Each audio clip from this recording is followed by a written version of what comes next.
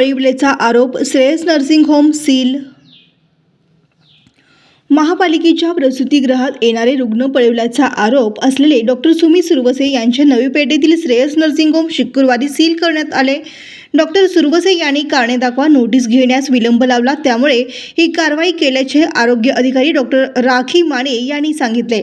महापालिकेच्या अशा वर्करच्या मदतीने रुग्ण पळवापळवीचा प्रकार सोमवारी उघडकीस आला। या प्रकरणी डॉक्टर सुमित सुरवसे आणि डॉक्टर श्रद्धा सुरवसे यांना कारणे दाखवा नोटीस देण्याचा निर्णय झाला। डॉक्टर सुरवसे यांनी शुक्रवारी पालिकेत येऊन नोटीस घेतो असे सांगितले होते। आम्ही सायंकाळी 4 वाजेपर्यंत वाट पाहिली, त्यानंतर सील ठोकण्याची कारवाई सुरू केली। डॉक्टरांची नोटीस नर्सिंग होममधील परिचारिकाच्या हातात दिली आहे। या प्रकरणाची संपूर्ण चौकशी पूर्ण होईपर्यंत सील काढणार नाही असे डॉक्टर माने यांनी सांगितले। मी डॉक्टर राखी सुहास माने, आरोग्य अधिकारी मनपा सोलापूर। जे आपल्याकडे परवा न्यूज आलेली आहे किंवा आपल्याला जे हाती लागलेलं आहे श्रेयस हॉस्पिटल नर्सिंग बद्दल, की आशाताईंना आमिष दाखवून आमच्या मनपा महानगरपालिकेतील प्रसूतिगृहातून पेशंट इकडे कट प्रॅक्टिस या नावाखाली आमिष दाखवून त्यांना श्रेयस नर्सिंग होम मध्ये जे आणत होते आशा वर्कर्स, त्या विषयाची सखोल चौकशी केली। श्रेयस नर्सिंग होम मध्ये आम्ही जे पण रजिस्टर्स घेतले आहे त्याची सखोल तपासणी केली आहे आणि एक्सपर्ट ओपिनियन पण घेतलेलं आहे। कायदे तज्ञाचं पण एक्सपर्ट ओपिनियन घेतलं आहे। ऍक्च्युली डॉक्टर सुमित सुरवसे हे जी प्रॅक्टिस करत होते ती सर्व अनइथिकल प्रॅक्टिस होती। शासकीय सेवेत असणाऱ्या आशा वर्करला पैशाचे आमिष दाखवून त्यांनी पेशंट आपल्याकडे आणण्यासाठी त्यांनी उत्स्फूर्त प्रतिसाद दिला आणि त्यामुळे बरेचसे आशा वर्कर ह्या आमिषाला बळी पडले आहे। त्या अंतर्गत आम्ही चौकशी करून त्यांना 3 दिवसापूर्वी नोटीस दिली होती।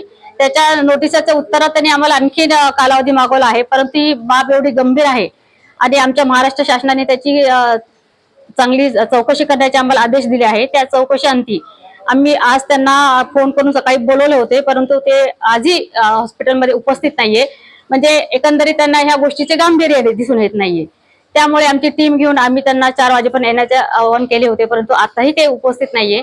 तर आमच्या नियमानुसार जे कलम 7 त्यांनी nursing home Maharashtra Bombay nursing ऍक्टच्या खाली ज्या पण त्रुटी आढळल्या आहेत त्या अनुषंगाने आम्ही त्यांचे हॉस्पिटल आता तात्पुरत्या स्वरूपात सील करत आहोत आणि त्यांना बजावले आहे की तुम्ही जर ह्याचा खुलासा आम्हाला दिला नाही परत तर कायमस्वरूपी आम्ही त्यांचं हॉस्पिटल सील करणार आहोत, जेणेकरून भविष्यात अशा घटना घडू नये की जे आशा वर्कर असो किंवा आरोग्य विभागातील कुठलाही स्टाफ असो अशा आमिषाला बळी पडून गोरगरिबाची जनता जी आहे त्याची आर्थिक नुकसान त्यांना होत आहे। शिवाय आर्थिक नुकसान होऊनही त्यांना गव्हर्नमेंटचा लाभ मिळत नाहीये। महाराष्ट्र शासन जो त्यांना लाभ देतो गरोदर मातांना प्रसूतीच्या दरम्यान देतो, प्रसूतीनंतर पण त्यांना जो लाभ देतो त्या लाभापासून माझ्या गरोदर माता वंचित राहतात। भविष्यात अशी घटना कुठेही महाराष्ट्रात घडू नये यासाठी आम्ही हा निर्णय घेतलेला आहे आणि त्यासाठी मला संपूर्ण आरोग्य विभाग तसेच आमचे जे वरिष्ठ आहेत त्यांनी पण सहकार्य केले आहे।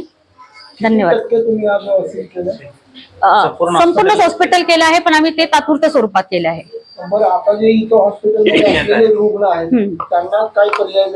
पर्याय एक सीझरचा पेशंट आहे आणि कुटुंब नियोजनचं केलेलं आहे। त्यांचे जे ओटी मध्ये औषध उपचाराची पूर्ण ओटीची जी आहे औषधाची लिस्ट ती आहे अवेलेबल वरती आणि त्यांना पर्याय अवस्था तिकडनं जाण्याची आहे जर डिस्चार्ज झाल्यानंतर। अशा वर्कर्सना आपण नोटीस दिली आणि सर्टिफिकेट दिले। येस अशा वर्कर ज्या पण त्यांना आम्ही अवधी 24 तासाचा दिला आहे। आज त्यांना नोटीस दिली आहे, त्यांचं उत्तर आम्हाला उद्यापर्यंत मिळेल। त्यानंतर त्यांच्यावरती काय कारवाई करतील हे आयुक्त सर ठरवणार आहे। डॉक्टर जर उत्तर नाही दिले तर मॅडम काय पुढची कारवाई काय राहील? कारवाई हे डॉक्टरांनी जर उत्तर दिले नाही तर त्याचा अर्थ तुम्हालाही कळेल की ते ह्याबद्दल गांभीर्याने त्याचा विचार केलेला नाहीये। त्यांचं परमनंटली आम्ही लायसन्स कॅन्सल करणार आहोत आणि हॉस्पिटल सील करणार आहोत। पण डॉक्टर आहेत का सोलापूरमध्ये? त्यांनी तर सांगितलं मी आउट ऑफ सोलापूर आहे। पळून गेला तर नाही तसं तर बोलता येणार नाही। त्यांनी एक काहीतरी सांगितलं कोणीतरी मयत झालेला आहे त्यामुळे, परंतु 1 तासात येतो असे बरं 3-4 तास झाले ती तसंच मदत की 1 तासात पोहोचतो। अशा वर्कर्सला 24 तासाचा खुलासा मागितलाय, पण दोषींकडूनचा खुलासा हा पोलीस कसा ओळखणार त्याच्यासाठीचे पुरावे आपल्याकडे आहेत? नाही, दोषी असतील त्याचा पुरावा आमच्याकडे ठोस पुरावा आहे ना, त्यामुळे तो खुलासा त्यांनी काही दिला तर आमच्याकडे पुरावा असल्यामुळे आम्ही तो ग्राह्य धरणार नाही प्रथम दर्शनी जरी। Okay, thank you.